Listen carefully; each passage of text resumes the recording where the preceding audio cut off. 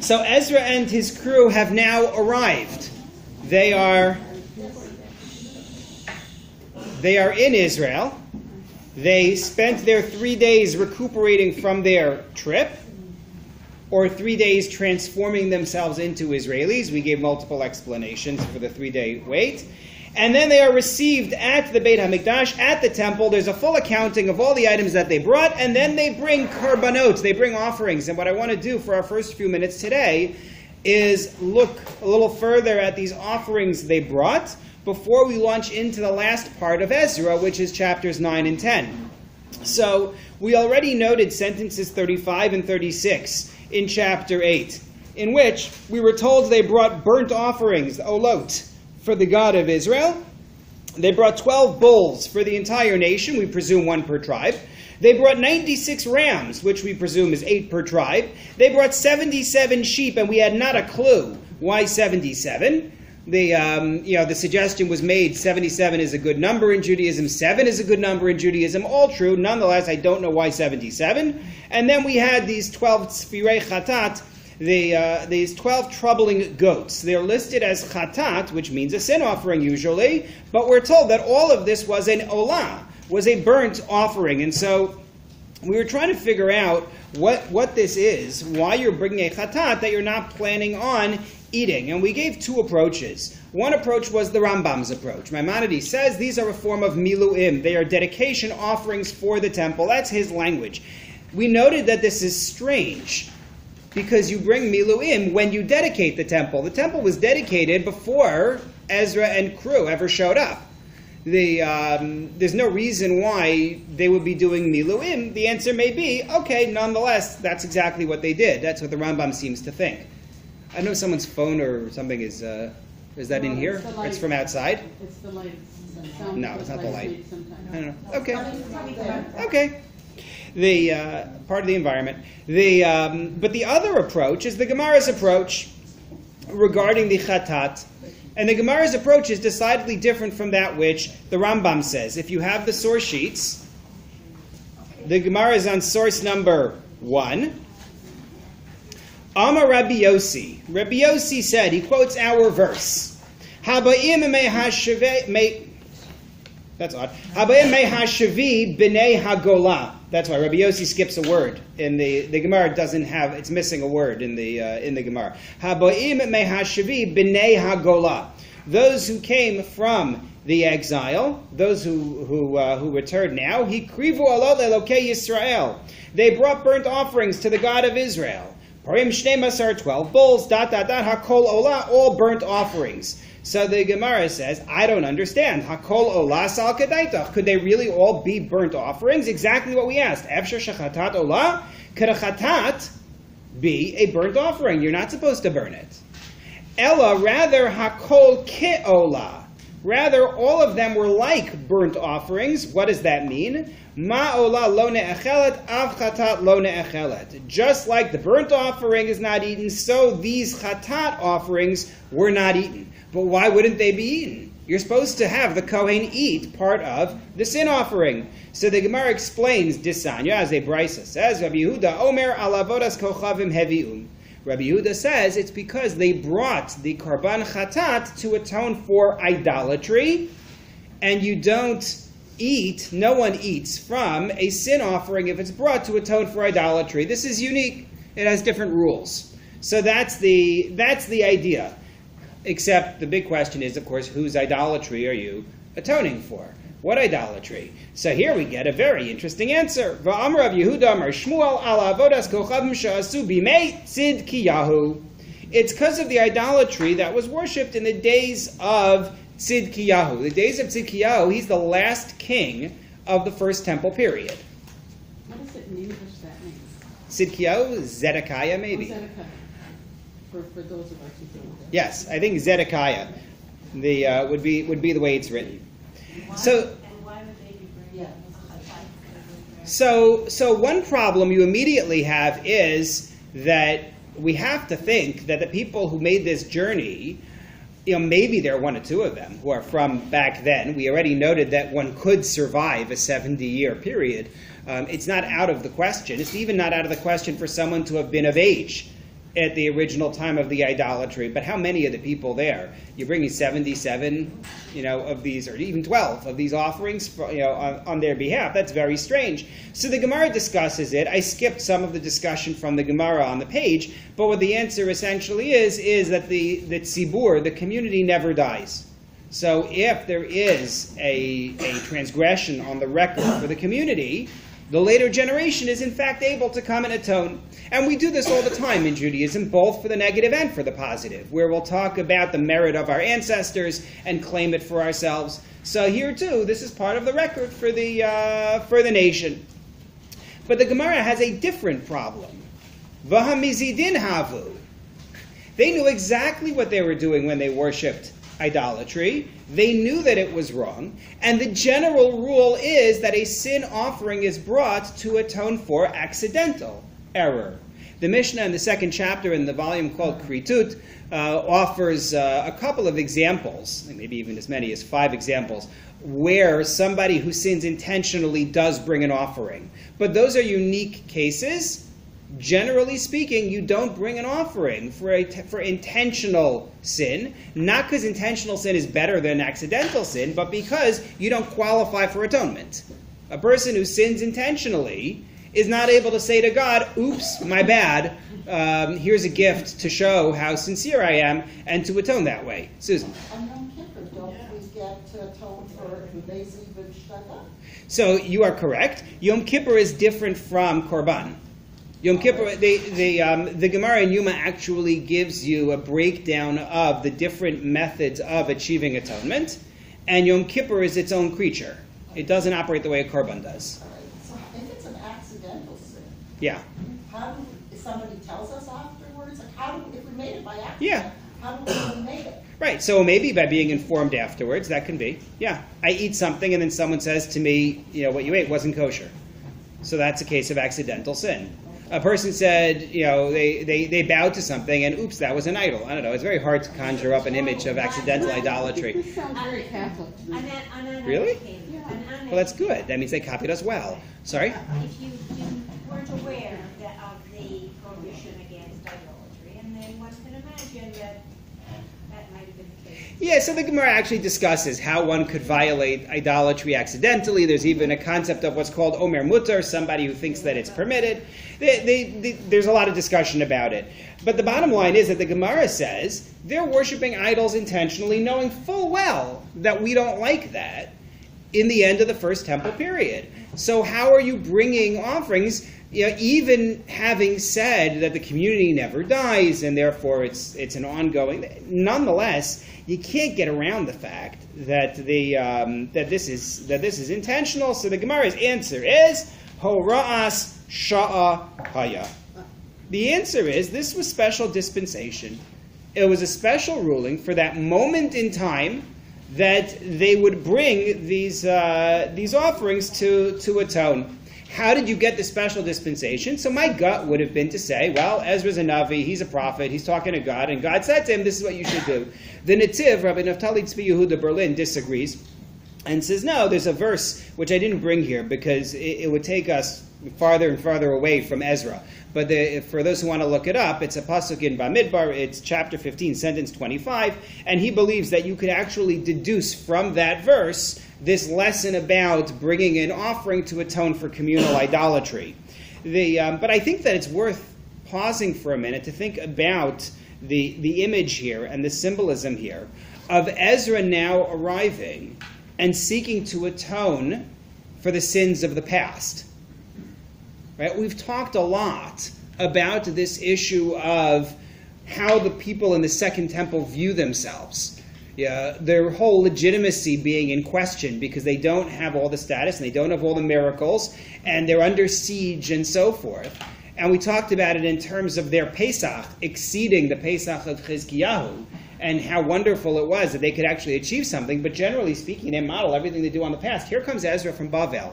And he says, those people before had some mistakes on their record. Mistakes, intentional, whatever. And we are going to make up for that. We are going to do right where they did wrong. I think it's a remarkable image when you think about it. To apply it today, right? Since we're coming up on Yom Yerushalayim tonight, hark back to Yom HaAtzmaut, and if you were to think about somebody, at the time of the establishment of the state or the unification of Yerushalayim, saying, in the times of the Beis Hamikdash, in the times of the temple, they did this wrong. We're going to do this right now. It's a very powerful statement. They might be accused of hubris.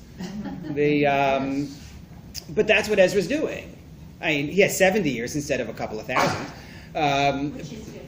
I think it is, yes. I think it is. But actually, bless you, I don't know if it works in his favor. I don't know if the difference is in his favor. Meaning, it means that he has survivors from that original time who are there. And he's saying, yeah, you guys did it wrong, and now we're going to make up for your mistakes. His teacher. Well, his teacher's dead. Right? He leaves, according to that Gemara, he leaves after Baruch is gone. But to me, this is a very interesting idea that Ezra does this. I don't think it's something to just sort of read and move on. Shana. Well, on Yom Kippur we say Aval Anachnu Avotenu Katanim. Yeah, that's a problem. It always bothers me. Doesn't it bother you? Mm-hmm. You're right. Shana points out that on Yom Kippur we say in the Vidui, right? But we and our ancestors have sinned. Like my ancestors are looking down and saying, thanks a lot. Yeah. But with this explanation, I mean, we're following the assumption that this was the reason for this fatat. And the bottom line is we don't know. No, but that's the point. In other words, whenever we read anything in Tanakh, and then we look at what the Parshan or the Gemara or the Midrash, whatever, is saying, our question is always, so what does the Parshan, what does the Gemara think is happening here? I'm not in the text. But my point is the way that the Gemara is painting this view, Rambam has an entirely different view. Rambam says that these offerings aren't about sin. They're celebration of the dedication of the temple, which, by the way, happened before Ezra ever showed up. Rambam doesn't take the Gemara's view. But I think that I think that you have to ask yourself, what does the Gemara think is happening here? Elisheva and then David. Yeah. But if the first Beis Hamikdash was destroyed, isn't there general acknowledgement that there were some sins and that's what he's making up? It's not like, oh, I wonder where this came from. Yeah. So it's not that there is anything hidden. Right. It's pretty... Oh, right. No, absolutely. This is not an invention. Remember, when we mentioned this also, I think, last week, when Tatnai, the governor, right, showed up and said, hey, what are you doing here building and all that, we gave him our whole history. And we said, and God punished us because we had done this wrong, and now, the fact that they're aware of it is one thing, but I think the idea that, and now we're going to atone for them, I just think it's a fascinating additional step. David? Does the Rambam's point of view hint at the fact that Ezra might not have felt the dedication was done properly the first time? I don't know. That's a good question. Right? I've been bothered, as I keep stating, by the fact that the dedication should have happened before Ezra ever showed up, and it did happen. We read about it. So what are you doing bringing Miluim, dedicating it? Is it that Ezra feels like it wasn't done right? The air wasn't good. I moved to town, and now I need to set up a new one. Not that it ever happens in any city. But is that really what's happening? I don't know. Yes? Doesn't it bother you theologically that one person could atone for someone else's sins? I think that's a bedrock idea within Judaism, that when it comes to community, we are considered one. We're not considered different people. We have the idea of both vicarious atonement and collateral damage. Right? We have the idea that if an individual is part of a family, you may not like it, but if an individual is part of a family, if an individual is part of a community, and they're doing things that are wrong, the individual is held to be a member of the group, and therefore can be responsible for it, but the individual can also create merit for the group and set things straight. I want to stress something which I should stress, because I think this may be the point that we're getting hung up on. And looking at Devi, I also think I think I have to make this point, which is that that there are multiple levels for each person's existence. Meaning, I exist as Mordechai Torczyner. I exist as part of a family. I exist as part of a community. If I do something wrong personally, but you because you're wonderful, do great things that overshadow the wrong that I did, then my sin may not factor in on the communal level, because on the communal level, the community is balanced for the good. But I'm still going to have to answer for what I did. That's what I'm... Yeah, it doesn't wipe away my personal accounting. No one will ever be able, after their time on earth, to go to God and say, yes, it's true, I stole that. However, somebody else died for my sins. That's not one of ours. That's one of the distinctions. But the community won't suffer because the community has achieved a level of righteousness. That's the idea that I'm getting at. Joyce. But we do know from the story of Abraham that generations are punished because of what Abraham did. Potentially, yes, right. What Joyce is referring to is the Gemara in Nedarim that asks the question of, it seems to ask the question of why we went down to Egypt, and seems to pin the guilt on Abraham, right? Whether it's because he took Eliezer out, or the students out to war, or whether it's because he asked, "How do I know that I'm going to get the land?" and so forth. I actually think there's another way to read that Gemara potentially, that it's not asking quite that question, but certainly the way you're presenting it is, I think, the normal way people read that Gemara.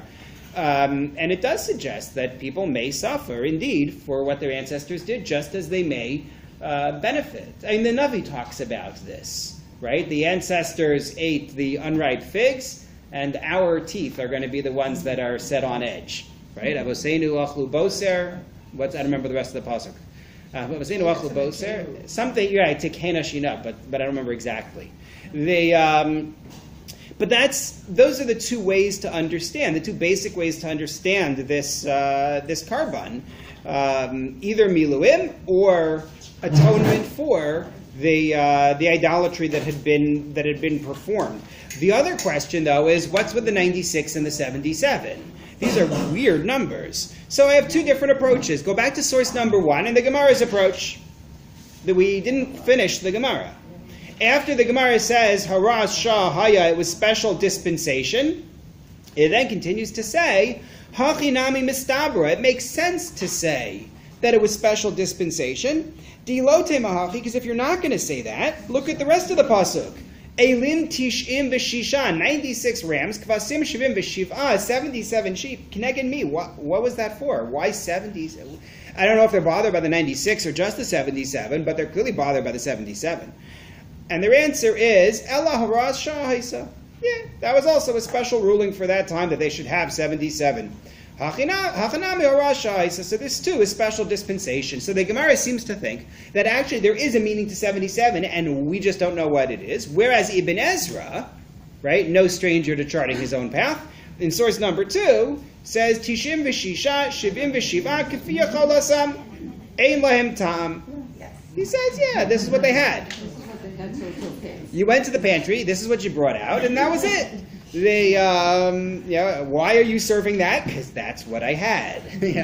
That's I think a relatively straightforward answer. But I think it is instructive. Someone asked this question last time, at the end.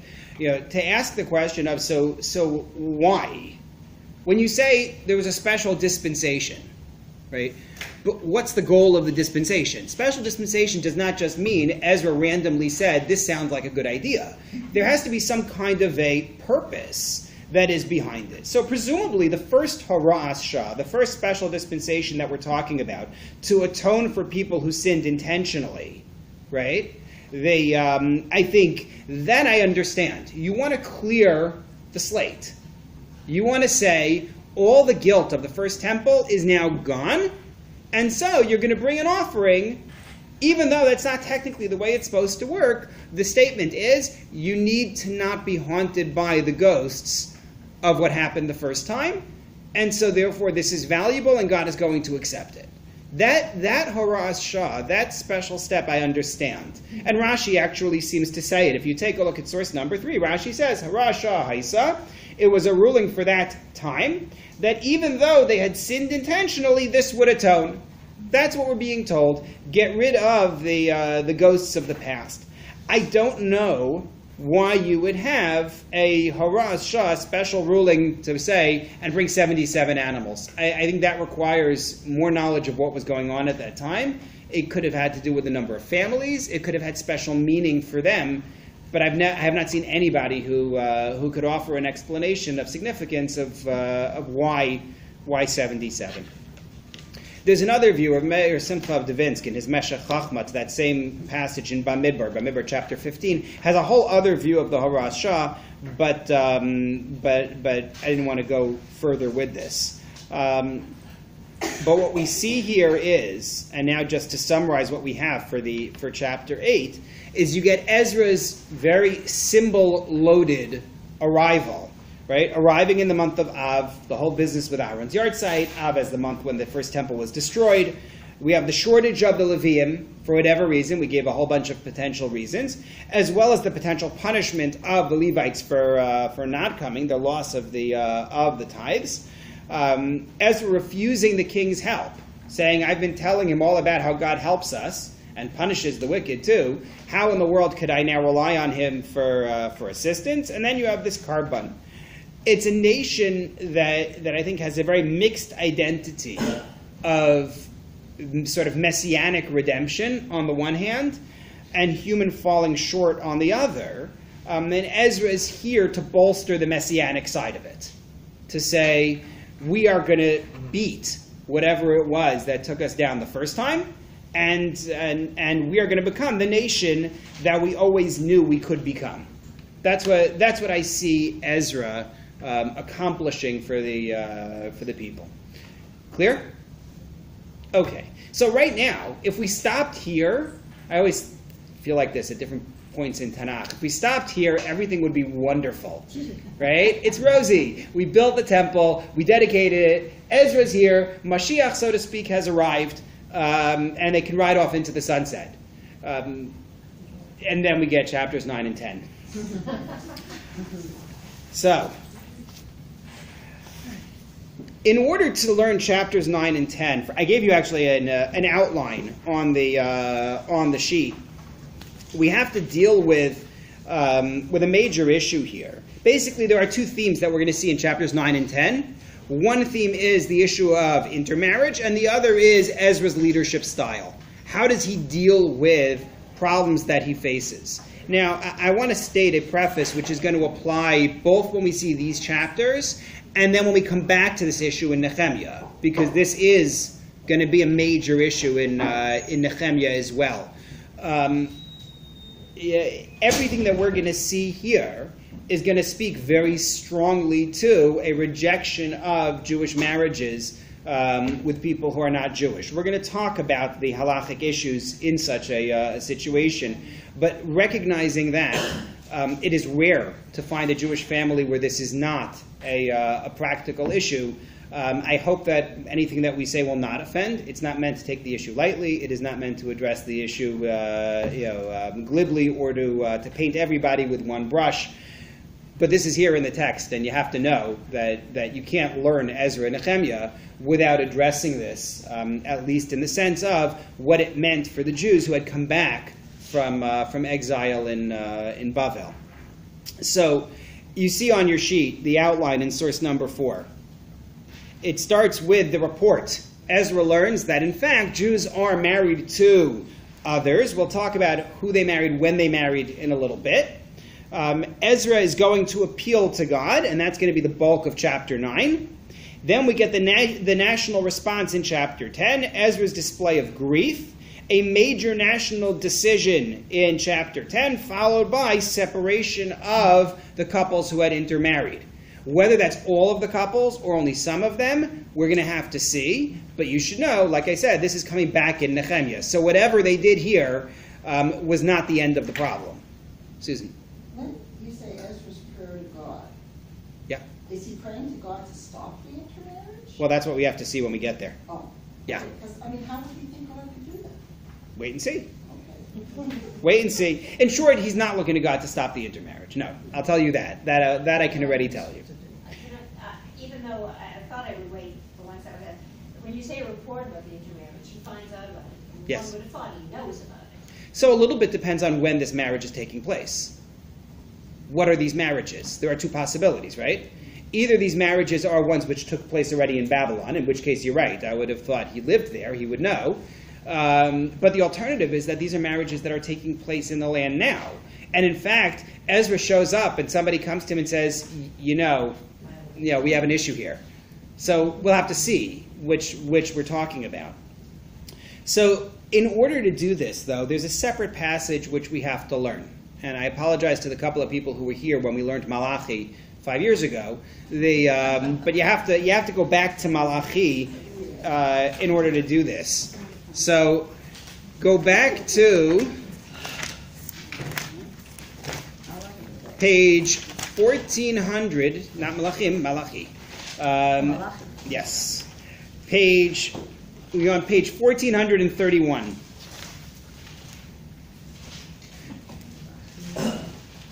You may recall when we started Ezra, we noted that the Gemara actually has a view that identifies Malachi with Ezra. Malachi historically is a prophet in the second generation of the Second Temple, the time, in other words, when Ezra shows up. He's not there in the initial group. Haggai and Zechariah are the Nevi'im at that point. We find no mention of Malachi at that stage. Malachi speaks to the Jews after that. He is the last of our recorded prophets. The end of prophecy and the end of the part of Tanakh called Nevi'im is Malachi. It's recorded in Treyasar, that book of the 12 smaller books of prophets. So Malachi, one of the reasons why we identify Malachi with Ezra is because Malachi addresses this intermarriage theme, which Ezra does as well. In general, Malachi has a theme of infidelity. That's a major point for Malachi on multiple levels. He, in chapter 2, accuses the Leviim of breaking their covenant with God. That's one level of disloyalty. Here he's going to accuse the men of breaking their covenant with their wives. And then he's going to move on to talk about the national covenant with God and breaking that covenant with God. So he has multiple levels of this disloyalty.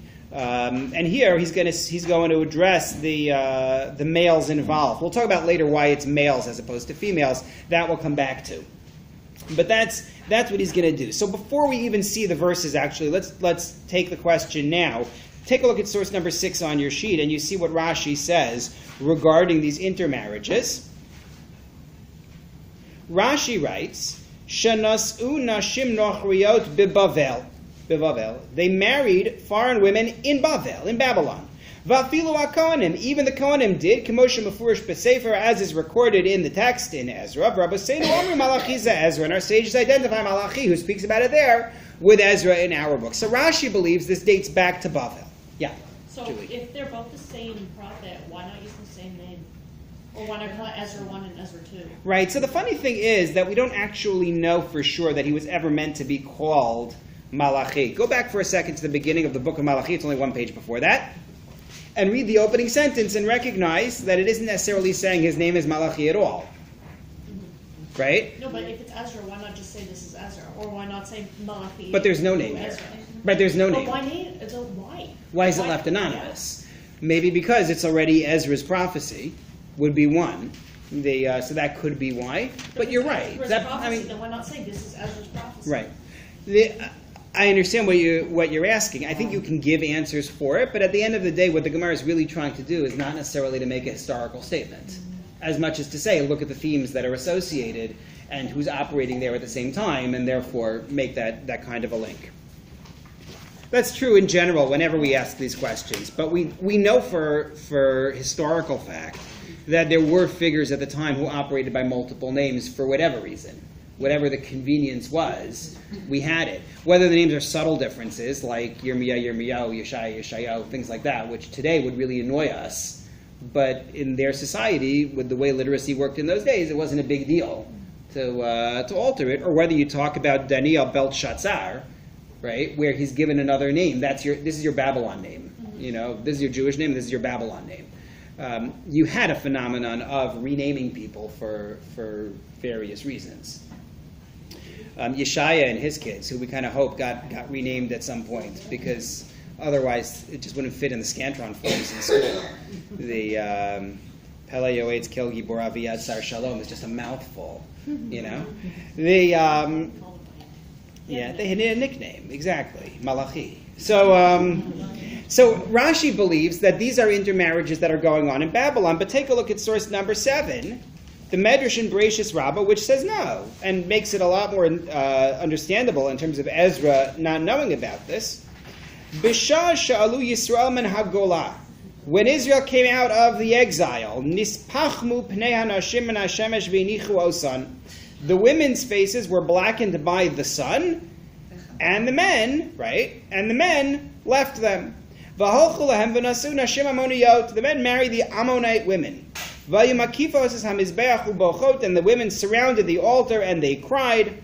And that's a reference to what we'll see in Malachi. Husha Malachi Omer v'zos shenis ta'asu.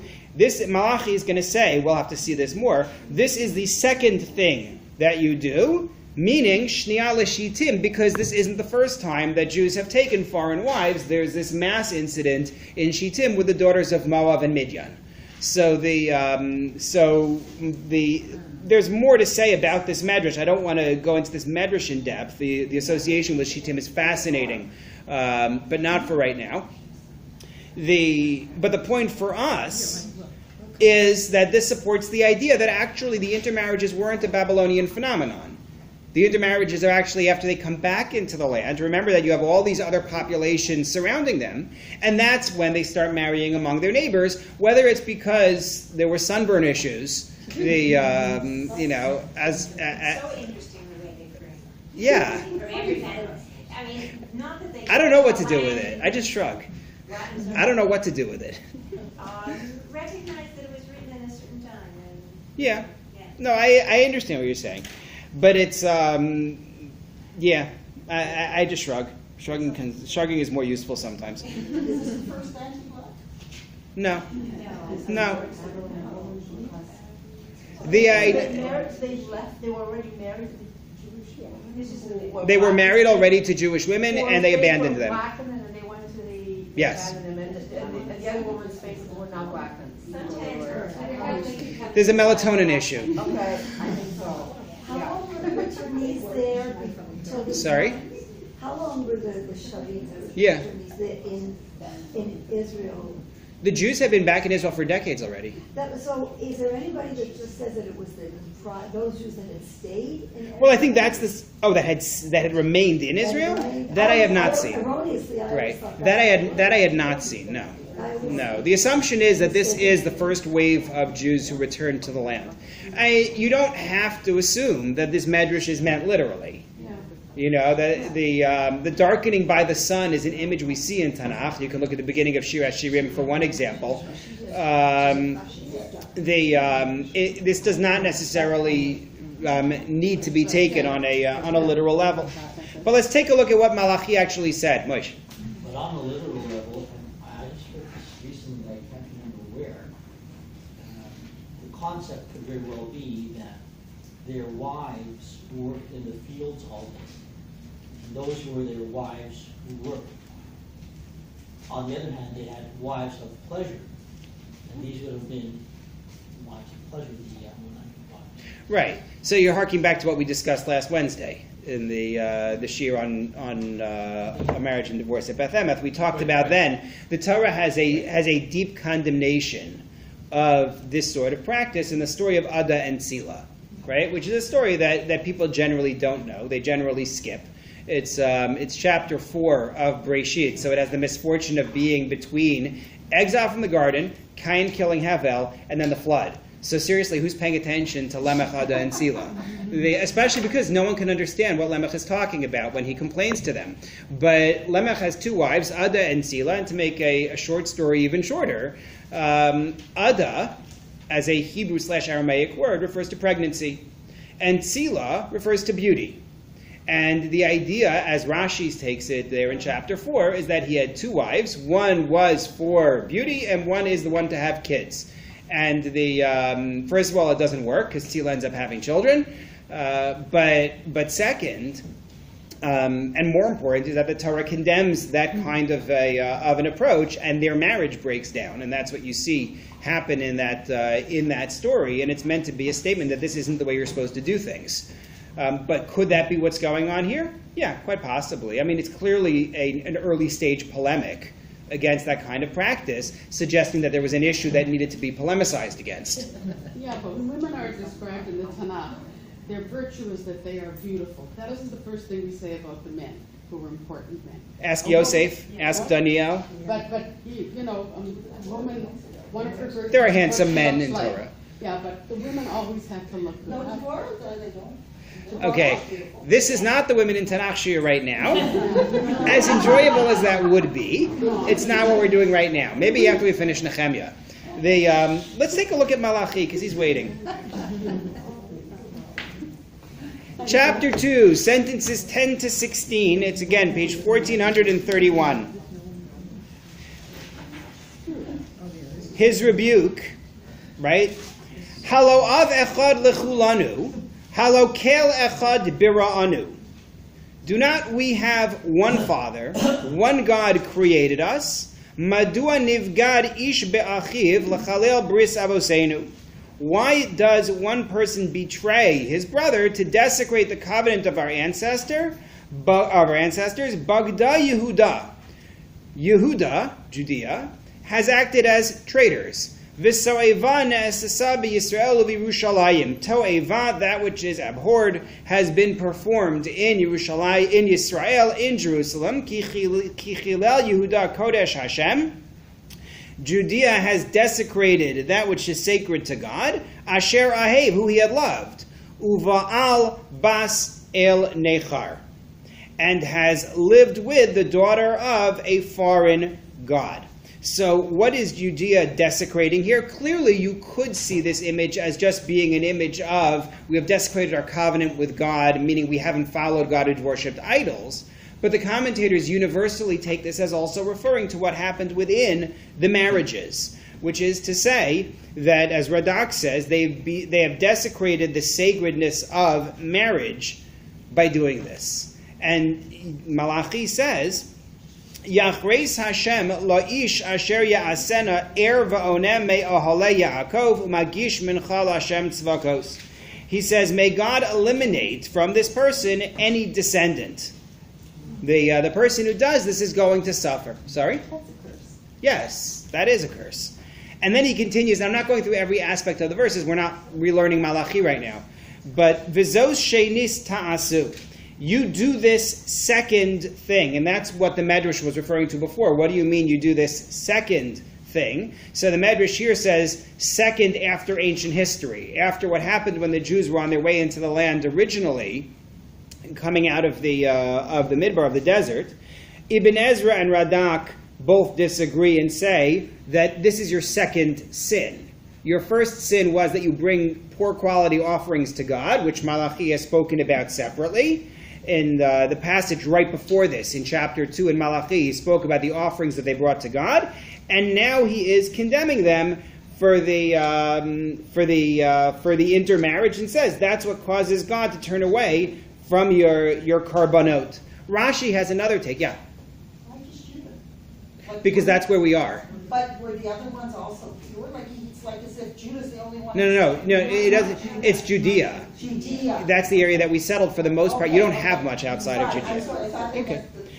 Rashi. Rashi and Abarbanel say that what's going on is that there are two levels of harm. There's the first harm, which is to the Jewish people, to the religion, the macro type of harm, and then there's the personal harm of what you're doing to your wives by doing this. That's why Rashi and Abarbanel read this, and they continue with sentence 13. This is the second thing you do. Kasos dim'a'es mizbach Hashem. The tears cover the altar of God, and that was the reference in the Midrash that we read about them going to the altar and crying. It's pulled out of this verse. Their tears cover the altar. Bechiva anaka. Crying and wailing. Me'ein od penosel hamincha v'lakachas ratzon miyetchem. God is not going to be interested in anything you have to say or any offering you want to bring, having done this. And he continues to say, Va'amartem alma. And when you, like a guy, say, what have I done? Al ki Hashem ha'id beincha ubein eshes ni'urecha asherata bagadata ba.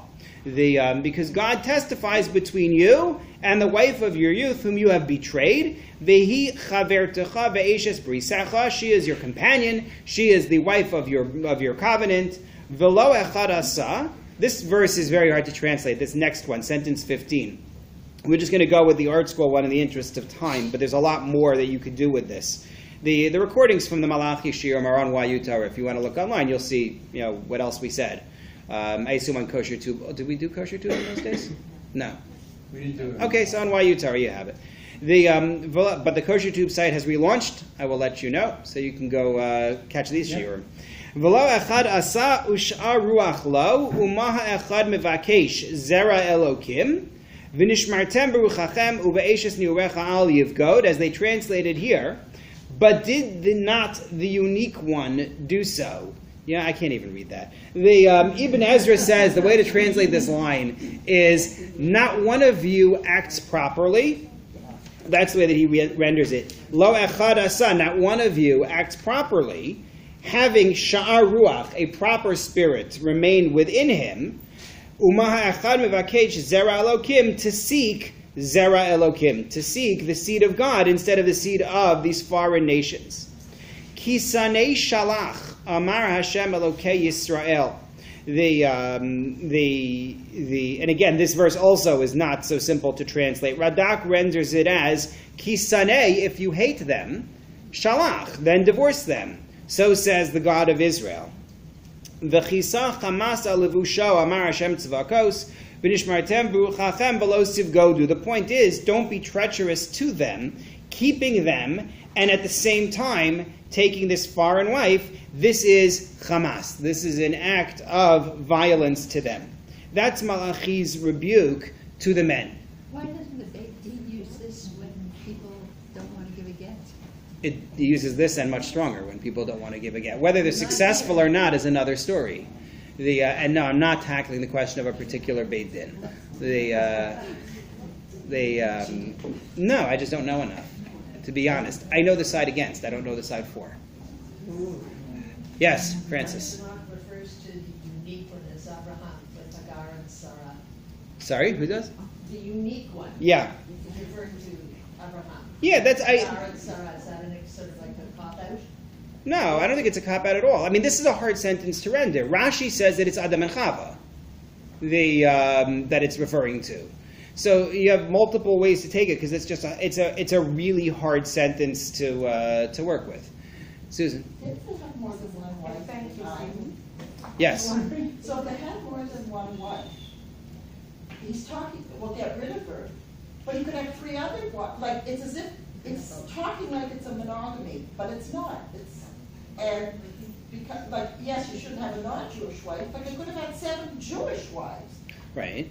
But the way he's referring to it is as if it's only one woman. Right. As opposed to the polygamy of the time. Right. I think it's a well taken point. This is, at this stage in history, a polygamous society. Whether it was widespread in practice or not, we have zero way of knowing. Meaning that we know that Jews stopped doing it at some point, long before Rabbeinu Gershom comes along. Meaning, if you look through the Talmud, you will not find a single case of a sage who is polygamous. The only thing you get that's close is that when Rav would travel in the 3rd century, when Rav would travel from place to place to place, hearing cases and serving as a circuit judge, so they would assign a woman who could be the woman he could marry, theoretically. It was supposed to be a means of helping him to keep himself in check. In other words, he knows there's always a possibility here, and therefore it decreases the desire. What's called in the Gemara pas besalo. But we don't have a single case of a Talmudic sage who's polygamous. I don't know at what stage it stops being popular practice. In terms of your specific question, though, and I'll get to Shana, the insistence from the beginning, when you look in Parshat Mishpatim, in Shmot, chapter 21, 22, the insistence from that point is that in the event that he's going to marry another wife, it is not going to be at the expense of the first.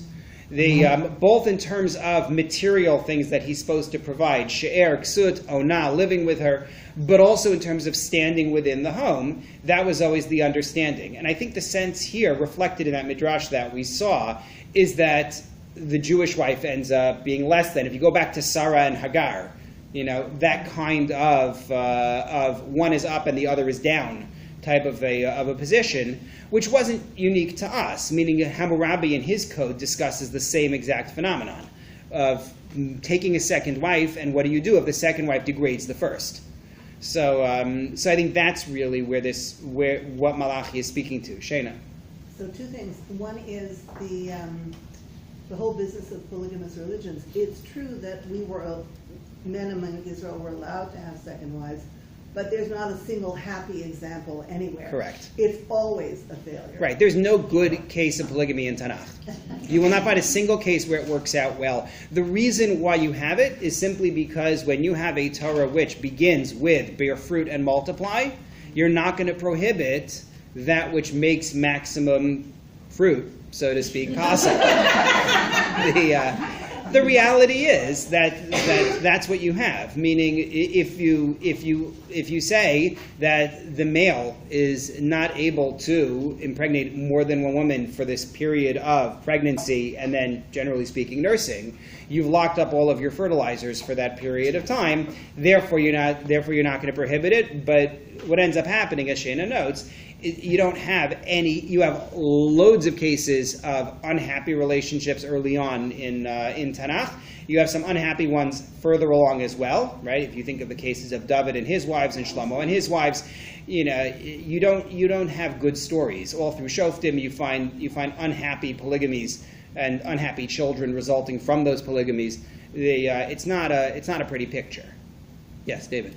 I think one of the issues, one of the differences here is that polygamy, when it's involving Jewish women, will not drive the husband towards idol worship. Whereas when it's a non-Jewish woman, we have constant examples of that's one of the effects of intermarriage, is leaving the So David reads Abarbanel's mind. Abarbanel is bothered as he looks at this. Why is it that it's only the men who are the bad guys? Are you really going to tell me that Jewish women didn't marry non-Jewish men? And he says, you bet. That's exactly what's going on. Take a look at source number 8.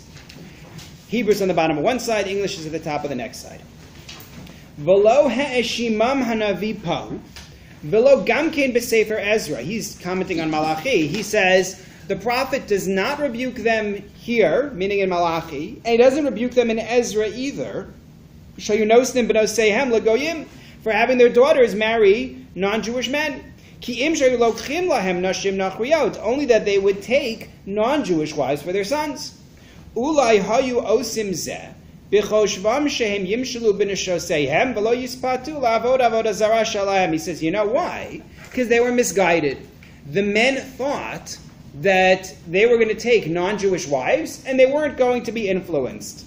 Aval benos Yisrael, but the Jewish women, lo higia rishas hador lihi ba'el goyim, the wickedness of the generation did not reach the point where they would go to non-Jewish men. Ki yad'u, because they knew, shebehechreach timshach ha'isha avodas ba'ala. They knew, he says, maybe it's not exactly what you were saying, they knew that if she would go into the home, she would end up being pulled, even against her will, into the service of the husband's idolatry. So therefore, they wouldn't go there. The men thought, we're not going to be influenced, and they were wrong. But that, he says, is a psychology behind what they did. Then he adds this other note, which harks back to Shimon and Levi. Gam shecherpa haya lahem laseses b'nosehem le'ish asher lo orla. Right? Shimon and Levi said to the people of Shechem, you don't have a bris milah, we can't possibly take you in. So this resonated in their day, and therefore they wouldn't intermarry. That's a remarkable idea. Either way, what is very clear in Malachi and in Ezra is that they're both criticizing the practice specifically of the men marrying non-Jewish women. Now, this is going to come back into our discussion. We're not ready for it yet when we deal with the issue of matrilineal descent. Yes. Right? Ezra's major emphasis is the Jewish men marrying non-Jewish women and producing children who are halachically not Jewish. So we're going to have to come back to this point when we get to a discussion of matrilineal descent, which is good because it means I can push it off. The other major question, yeah? I was just going to say, a quick, simple answer to that is that chances are if a woman married a non-Jewish man, she stayed behind in Islam. Right. And I think that would have been probably... Right, certainly if they're Babylonian. Certainly if the intermarriages occurred in Babylon as opposed to here. But I think that is true in general. I mean, that's the story behind many of the laws and stories we see in Tanakh. That the women would join the man's family, correct? And that's the issue in inheritance. It's the issue in many issues in the Torah, and therefore, yes, I think that is a driver here.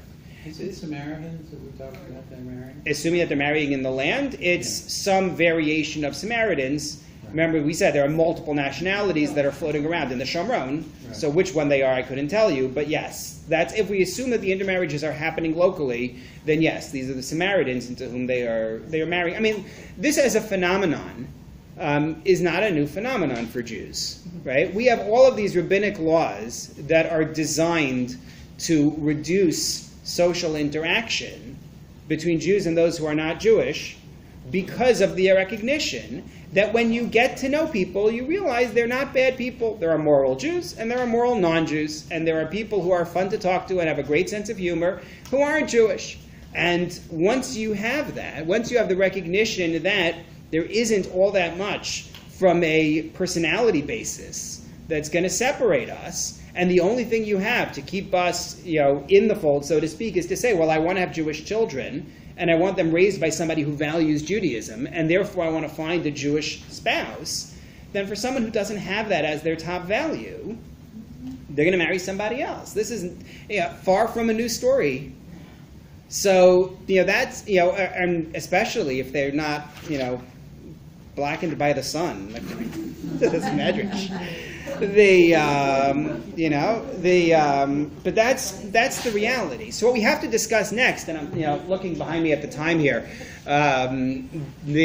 recognizing that we're not going to finish this topic, but what you have to also discuss here is what exactly was the prohibition for them against intermarriage? That's a major, major question because the people they married are not Canaanites. Certainly if they married in Babylon, they're not Canaanites. But even if they married among the Samaritans here, we have a tradition, which the Talmud goes to great lengths to discuss, that Sancherib, the Assyrian king who destroys the 10 tribes, right, exiles the 10 tribes, in general transfers populations to the point where you have no idea who anybody is.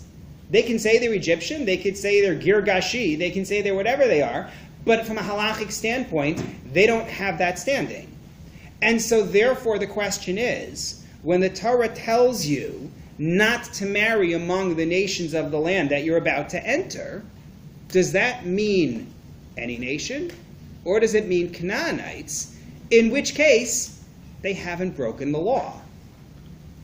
In which case, we then have to ask, so what is Ezra doing? Right? Why is this going to be such a big deal in the rest of Ezra and Nechemiah?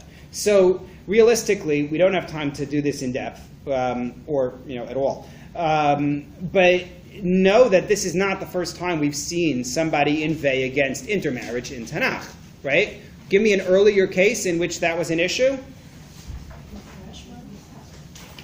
Well, I'm not going to discuss pre-Sinai, because pre-Sinai, there is no such thing as a Jewish people. There's no covenant. So you could marry Rivka, or you could marry, Basmat, and either way, they're just as non-Jewish as you are. There's no such thing, yeah. Right. Pinchas and the daughters of Moab, right? Pinchas kills Zimri, and his action is approved of in the Torah. That tells you that there's an issue. And those aren't Canaanites, by the way. Shimshon, on the other hand, takes foreign wives. There's a lot of discussion. Did they convert first? Did they not convert first? Right? Shlomo HaMelech has his political marriages. There's discussion of conversion. There are challenges here in terms of understanding what exactly was the prohibition before this time.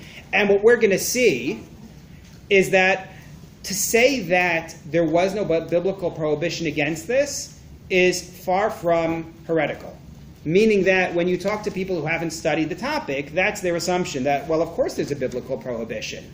What we're going to see next week is that it's not simple and not straightforward at all. So, well, not next week, sorry. Once again, we do not have class next week. So you have to remember all of this for 2 weeks from now. Thank you very much.